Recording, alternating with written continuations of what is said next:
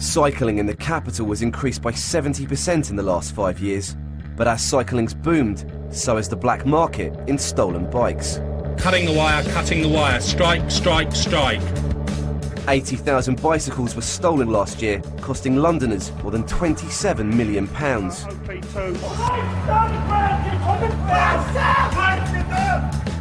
Tonight, we track the criminals that are stealing your bikes. Look, get off the bike, look under the saddle, there's a tracker under there. And show you where they end up once they're stolen. It's a nice bike. 1, 3. Anyway, mate, enjoy it, yeah? I will do.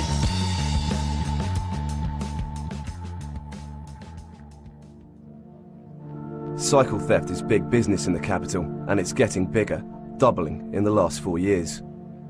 I had my bike nicked from outside my headquarters at ITN, and I was gutted. I mean, it was like a bit of me being stolen. Since I came to London 15 years ago, I've had 3 bikes stolen. In my time in London, I've had about 5 bicycles stolen. I do expect my bike to get stolen sometimes in London, yes, that's true. On one occasion, they actually nicked it from within the precincts of the Palace of Westminster. It's like occupational hazard of cycling in London. You know, it's going to happen. Bike theft is increasing because it appears to be such an easy crime to commit. The London programme decided to see just how easy it is to steal a bike. We bought 3 bicycles and locked them up in central London. While filming from a distance, we tried to steal our own bikes in broad daylight to see if anyone would intervene.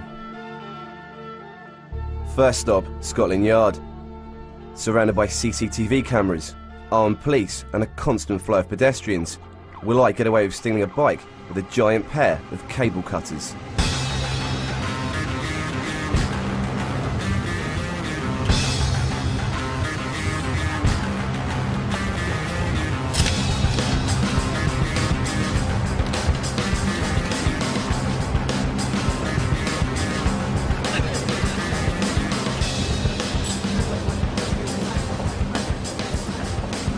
"15 seconds later, the bike is ours." Next, Piccadilly Circus, one of London's busiest tourist attractions. Method of attack, portable angle grinder.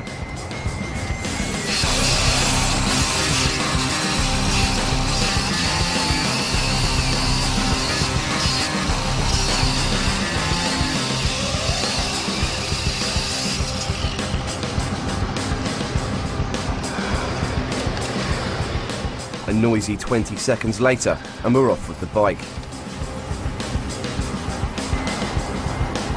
Last but not least, Barbican Tube Station at rush hour. Method of attack, hacksaw.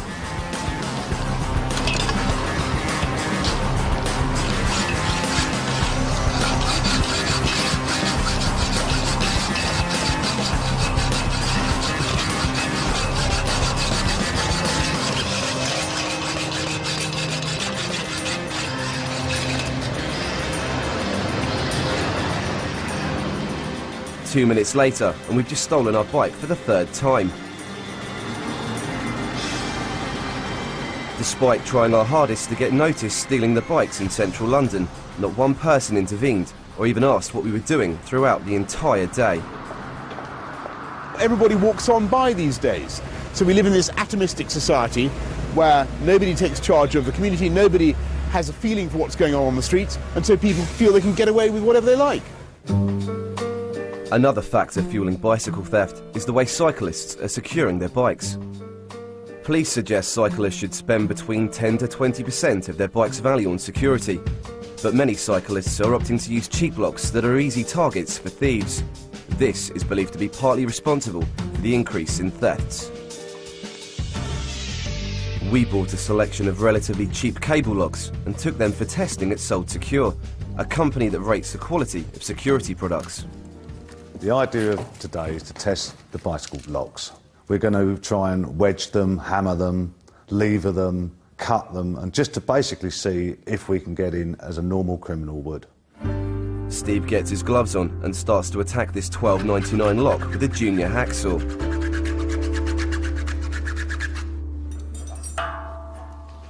What would you say to people that were thinking of buying a cheap cable lock? Spend your money. You get what you pay for. Next up, a more expensive cable lock costing $16.99. I think what we're trying to do this time is just see how good a lock that is by just hitting the lock body to see if the lock body shatters. It's cheap, nasty, and bye-bye, your bike's gone already. Next, a fully armoured cable lock costing $24.99. In the front of the lock is starting to come away a little bit. We'll just see if that comes off.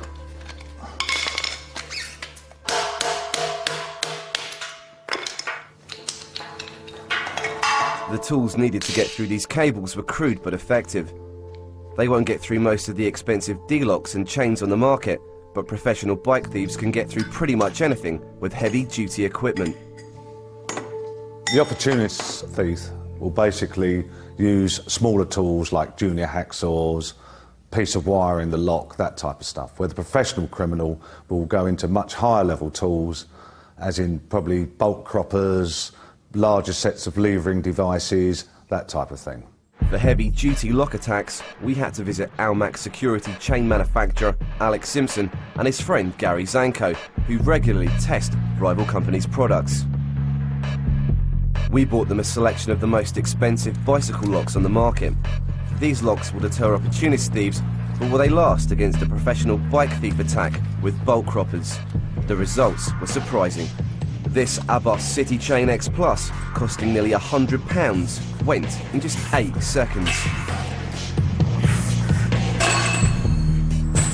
We showed our findings to Abbas, who told us we supply a wide range of acknowledged security products which have passed tests of all relevant European test institutes. Next, the Kryptonite New York Forget About It chain, costing £100, went in only 11 seconds. Kryptonite told us all Kryptonite products meet or exceed published industry testing standards. Next, the Squire MC4 chain and lock, costing £120, lasted just 3 seconds.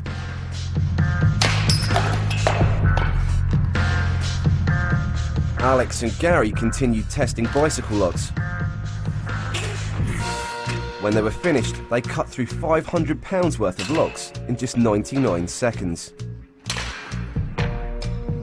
But Almac security co-owner Maxine Simpson wasn't shocked by the findings.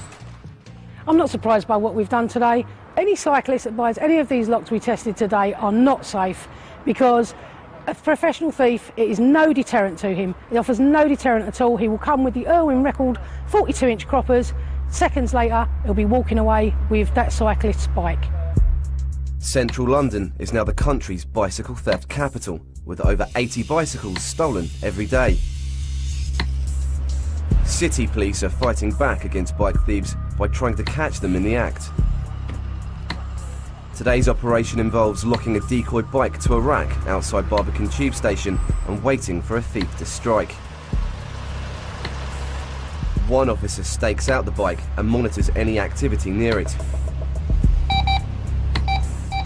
Yeah, all received, Darren. Are you all in place now? 200 yards away, PC Sam Rice waits in a stairwell, listening to his radio, while other undercover officers surround the decoy bicycle on street level, including a plainclothes WPC riding a bike. It's not long before a man approaches the bike rack, acting strangely. Stand by, stand by, stand by. I see 3 male wearing blue glasses, black leather top, just pushing a bike into the cycle rack, looking very closely at other bikes. The male is now approaching our bike. The male is now approaching our bike. Move up, move up, move up. He's approaching our bike.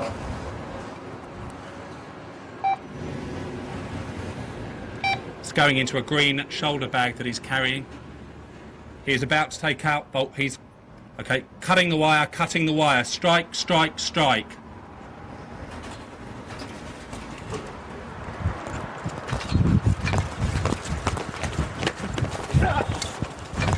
Stand still! Hey! Stand still! Please! Right, calm down. Calm down, that's it, nice one. Seen again, the man approaches the decoy bike and attempts to cut through the lock. A plainclothes officer jumps from a push bike to catch the suspect, but he makes a run for it, only to get tackled and brought down by other officers. He was using a cheap pair of wire cutters available from any local DIY shop, which were easily hidden in the bag he was carrying. Never been nicked before. It turns out the suspect's a serial bike thief, having already been caught several times stealing bikes. He's taken back to Snow Hill Police Station and charged with the attempted theft of a pedal cycle and was later sentenced to 6 months in prison. With one bike thief locked up, the officers get ready for another sting. They swap positions while a plainclothes officer posing as a cycle courier locks up a new decoy bike. Yeah, all received, OP2 over. A cyclist soon starts to arouse suspicion. He's turned up on a bike but seems more interested in the others parked in the rack. Yeah, all units from OP2, he is securing his bike now, so just keep standing by, over. With his bicycle now safely locked up, the cyclist approaches the decoy bike while pretending to be on his mobile phone. He quickly reaches into his bag and pulls out a pair of wire cutters and cuts the lock. Stand by.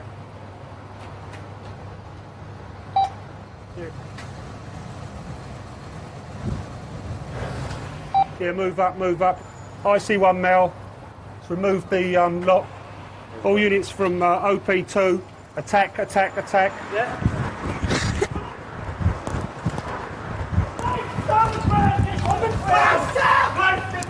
Get down! Stay there, stay there. Roll over, roll over. Hands behind your back. Hands behind your back, nice one. Remain calm, remain calm. That's Stand it. yourself up.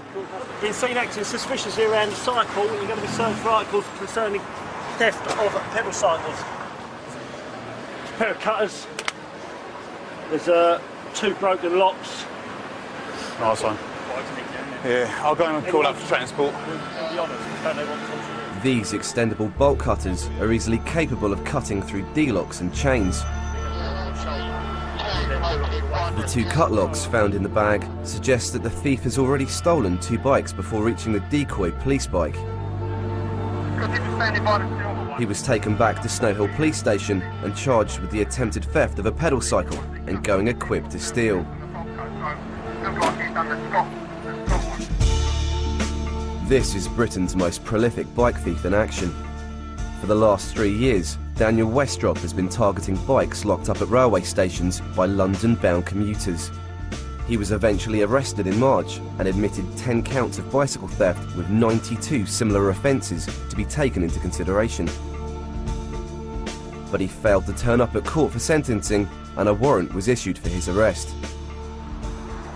British Transport Police have just received information about Westrop's whereabouts and are on their way to raid a house in Catford. They're keen to get him into custody. He has stolen over 102 bicycles, and that's a lot of money. Each bike, on average, costs about £250. Some of these bikes will cost £1,200. That's an average of about £25,000 this man has stolen in quite a short time. The officers quickly approach the house on foot. 2 jump over the fence to make sure the wanted man doesn't try and escape out the back, while the other officers go through the front door. Police! Police! Daniel, it's the police! Daniel, stay calm, it's the police! Please, okay. I'm arresting you, okay, for being wanted on warrant. Okay, you don't have to say anything, but it may harm your defence if you mention one question, something you later write in court. Westrop was nicknamed King of the Bike Thieves, sometimes stealing 2 bikes a day and selling them in markets or on the street for as much as £100 a time. He's one of a growing number of serial bike thieves that are capitalising on the massive increase of cyclists in London and the South East. He was found guilty of theft of pedal cycles and received a 5-month suspended sentence and was banned from using South West trains.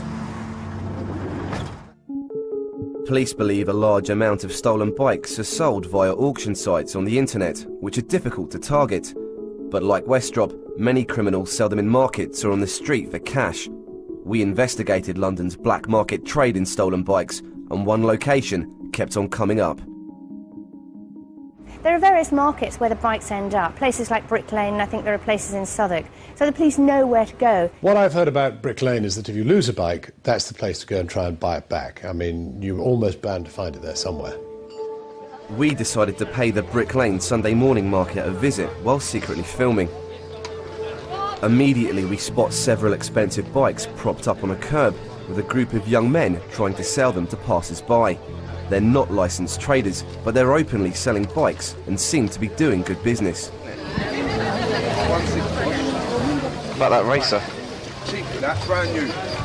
Look, one scratch on it, nothing. Strike while the iron's up, mate. That's a nice bike. Brand new, brand spanking new. All you need is a little wipe over, that's all. You know you want it, look. You know how much it costs as well. Look the cranks on it, look. Brand new, look. Even the overflow there. Lip. Brand new, look. Bit dusty, look. How much do you reckon it's worth? Yeah. What is it? What is this? How much is this in the shop to buy? Yeah, no. I'm just going to look at one more. That's the gods on his tube. I could have said 6, 7, but he tell you the gods on his tube how much it is. And how much do you want for it? 160. 130. 140, I'll do you 140. Well, mate, all I've got is in my bank is 130, mate. What was it? 130. Anyway, mate, enjoy it, yeah? I will do. Cheers. We've just bought a brand new road bike we later confirmed was worth £400 for 130. Things just don't add up. Back at the office, we searched to see if the bike has been reported stolen, and sure enough, it had. A week before we bought the bike in Brick Lane, John Barker parked his new road bike outside Piccadilly Circus and went off to work. When he returned, he realised his bike had been stolen, despite being secured with a £40 lock. Yeah, this is definitely my bike. Incredibly surprised to see it again. Once I realised it had gone, I didn't think there was much chance of me being able to get it back again. So yeah, extremely pleased. The advice John got from the police was less than encouraging. When I reported the bike stolen to the police, they did say to me that, you know, it's highly unlikely with the amount of bicycle crime there is in central London that they would recover the bike and be able to return it to me. And they actually advised me to go down to sort of East London and go to some local markets and see whether or not I could see it being sold by a street seller. We decided to conduct our own investigation into cycle theft to find out what happens to some of the 80,000 bikes that are stolen every year. We bought 2 bicycles and took them to a leading tracking company in Mayfair. They designed us a GPS tracking system that could fit inside the saddles of our bikes, so we could accurately track them using a computer mapping system. The first tracker bike was locked up at 1 PM in southeast London, close to busy Waterloo train station. At 7 PM, this youth starts to act suspiciously. He pretends to be on his mobile phone while circling our bike and having a closer look at the lock. Then he gets out a pair of yellow wire cutters from his rucksack and openly starts to cut the cable. It only takes him 10 seconds before he's through. With the lock severed, the thief casually walks away to see if anyone has spotted him, but he decides that no one has. With the cable still hanging to the frame, the youth rides off with our bike just hours after we locked it up. Using the GPS tracker hidden in the saddle, we started to follow the bike. It was taken straight to Drury Lane in central London. During the next week, we covertly followed the bike, making several trips to southeast London and back again to Drury Lane. We weren't sure if the bike had been sold on or if the thief had held on to it. 7 days after our bike had been stolen, we caught up with it and confronted its rider. It turns out to be the youth that originally stole it. Excuse me, I'm a reporter from ITV, the London programme. I was wondering, where did you get the bike from? Bought it for a friend. You bought it off a friend? We've actually got some video footage of you stealing the bike. Well, we filmed you stealing it. You filmed me stealing it? Yeah. Yeah. Why did you steal it? You didn't steal it? So we've got some video footage of you actually stealing it. So you're happy to give us our bike back?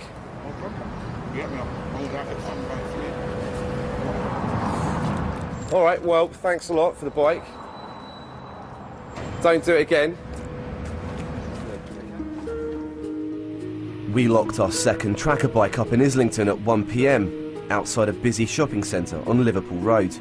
Islington has one of the highest rates of bicycle theft in the UK, with over 1,500 thefts reported last year. Our bike didn't last long. At 3 p.m, 2 youths arrive on bikes with a third riding pillion. He jumps off the back of the bike and immediately starts cutting through the lock with a small pair of wire cutters. Seconds later, they're off with our bike. Using the GPS tracker, we followed the bike heading towards the West End. It eventually ended up in Ramillies Street, where it was stored. The next day, we visited Ramillies Street, armed with a secret camera. We soon spotted a youth riding our bike, but it wasn't one of the gang that originally stole it. We caught up with the cyclist, and he claimed to have owned the bike for a long time. Look, get off the bike. Look under the saddle. There's a tracker under there. It's a tracker? Yeah. What do you mean? I don't understand. Did you see that? Yeah. So you had this bike for ages, have you? Well, I bought it off of this man actually yesterday. You bought it off a guy yesterday? Yeah. How much did you buy it for then? 50. 50 quid? Yeah. Okay. So you bought it off him on the street? Yeah. And we'll take the bike back now to ITV. But I've not got 50 quid just to lose like that. That's why I bought it for 50 quid. Well, next time you shouldn't buy a bike off someone in the street because they're all nicked. The kids that are selling these bikes are nicking them and selling them straight away. So now I've like lost £50 my money just like that? Yeah. The hidden effect of bike theft is that it works as a significant disincentive. 2/3 of victims cycle less often, and nearly a quarter give up altogether. Despite police decoy bike operations and high-profile arrests, less than 5% of stolen bikes are reunited with their rightful owners. So what can you do to protect your bike from being stolen? Register your bike at www.immobilise.com. Buy a decent hardened steel D-lock, or preferably 2. And if you can, make use of secure bicycle parking like this one in Finsbury Park. But while cycle theft continues to be such an easy and lucrative crime to commit, it will inevitably continue to grow. Well, I think the problem of bike theft is going to get worse because there are going to be more and more bikes. Bikes are exploding onto the scene, and I think that cyclists aren't aware enough, the public isn't aware enough, and there's a collision here, but we're going to get it fixed. We have to raise awareness, both amongst cyclists and the general public, that bike theft is a big crime which is very troubling to society.